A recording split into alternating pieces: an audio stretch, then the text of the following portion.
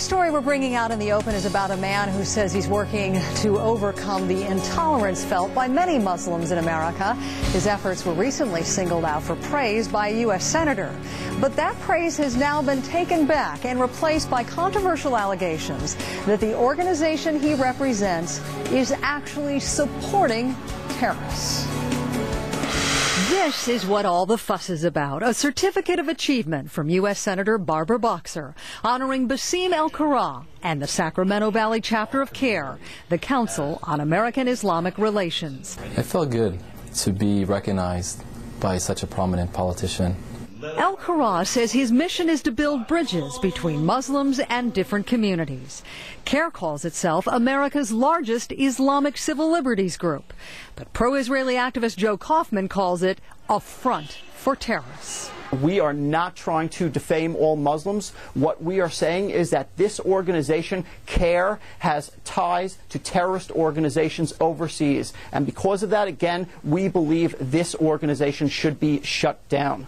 Kaufman says CAIR supports groups the U.S. government considers to be terrorists, including Hamas in the Palestinian territories and Hezbollah in Lebanon. CAIR has repeatedly condemned any acts of violence. El-Khoury received this certificate from Senator Boxer back in November. After Kaufman's website started blasting the award, the senator's office sent CAIR a new letter revoking it. She has done the right thing, and she should be applauded for it. It's not really about the award. It's about the message you're sending to the over 1 million Muslims in California that Senator Boxer is succumbing to these extremists, these anti-Muslim extremists. A statement from the senator quotes a former FBI counterterrorism official as saying CAIR's activities, quote, effectively give aid to international terrorist groups. Senator Boxer's office tells CNN her staff didn't do the appropriate research on CAIR and that she feels terrible if she caused anyone pain.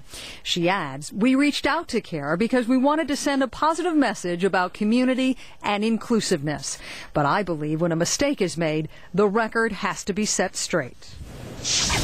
Basim El-Khoury says he's received hate mail, including a death threat, since the controversy erupted. Senator Boxer's office tells CNN the FBI has investigated and the death threat is not credible.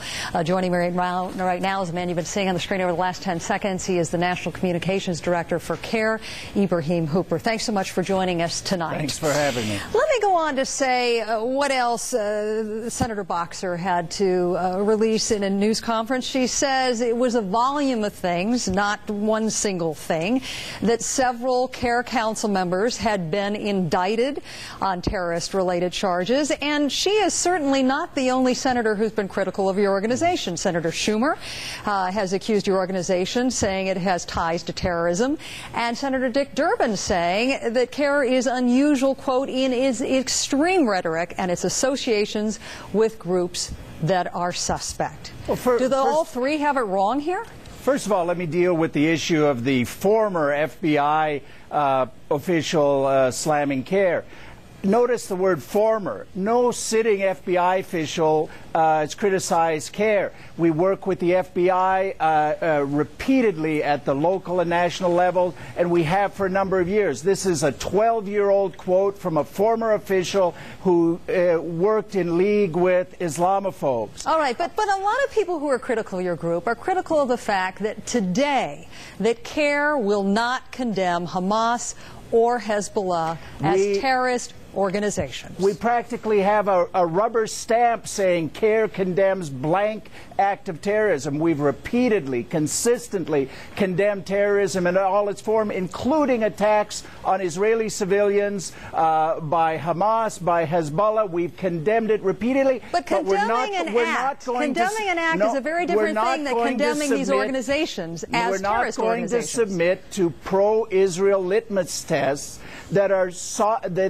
that these groups seek to impose on American Muslims. No Muslim is going to pass this test of being pro-Israel. That's what you say is at the core of all of this? There is no truth to any of these allegations about accepting money from groups that are closely associated with Hamas, Associated with Ridiculous. Hezbollah. Ridiculous. We've never. You know, terrorist experts like Stephen Emerson found a paper trail. Yeah, I would put the terrorism experts in quote. This is the same guy who said that Muslims carried out the attack on the Murrah Federal Building in Oklahoma City in 1995, and we see what happened after that.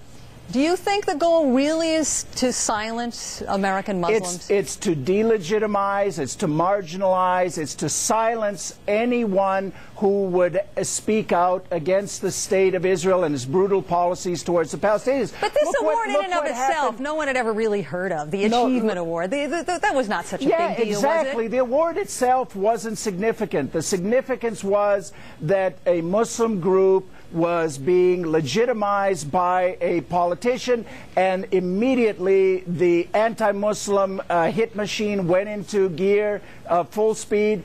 Guys like Joe Kaufman, raging anti-Muslim bigots.